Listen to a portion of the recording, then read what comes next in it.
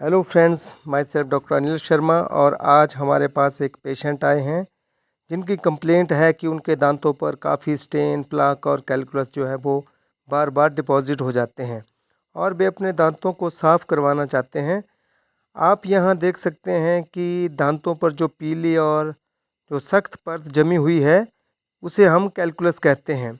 शुरुआत में यह प्लाक के रूप में होता है और जो एक सॉफ्ट डिपॉजिट होता है, लेकिन समय के साथ साथ यह सख्त होकर कैलकुलस बन जाता है।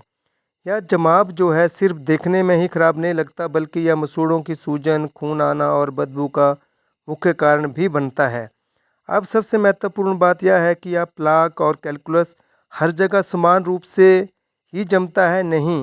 यह खास तौर पर उन जगहों पर ज़्यादा डिपॉजिट होता है जहां हमारे मुंह में थूक की ग्रंथियां यानी कि सलाइवरी ग्लैंड्स की ओपनिंग होती है, जैसे जीभ के नीचे और ऊपर के जो सेकंड मोलर दांत है उनके आसपास से ज़्यादा डिपॉजिट होता है, क्योंकि यहीं पर सलाइवरी डक्ट्स खुलते हैं और मिनरल जो हैं वो डिपॉजिट ज़्यादा यहाँ से बैक्टीरिया के साथ मिलकर प्रेसिपिटेट होते हैं और यहाँ ज़्यादा डिपॉजिट हो जाते हैं।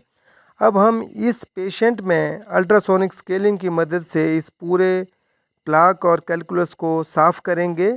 यह एक बहुत ही मॉडर्न और जो है सेफ़ सुरक्षित प्रक्रिया है, जिसमें अल्ट्रासोनिक वाइब्रेशंस की मदद से दांतों से सारा जो भी डिपॉजिट होता है उसको हटा दिया जाता है और दांत जो हैं वो बिल्कुल साफ़ हो जाते हैं। इस प्रक्रिया में दांतों को कोई भी नुकसान नहीं होता और यह पूरी तरह से सुरक्षित और प्रभावी तरीका है।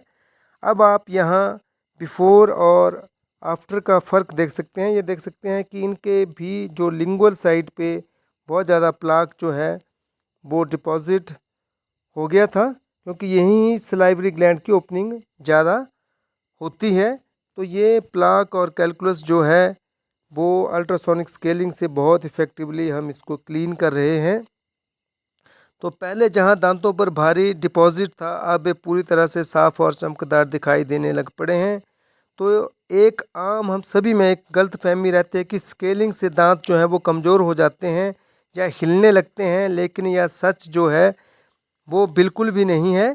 स्केलिंग केवल जो डिपॉजिट, जो गंदगी होती है उसी को ही हटाती है और दांतों को कोई भी नुकसान नहीं पहुंचाती। अगर समय पर स्केलिंग ना करवाई जाए तो यही जो डिपॉजिट जमाव है ये आगे चलकर मसूड़ों की बीमारी, जिंजिवाइटिस और फिर भी हम इसका जो स्केलिंग ना करवाएं तो ये पेरियोडोंटाइटिस पायरिया में बदल जाती है और दांत जो है वो हिलने लग पड़ते हैं और धीरे धीरे दांत जो हैं वो निकल जाते हैं।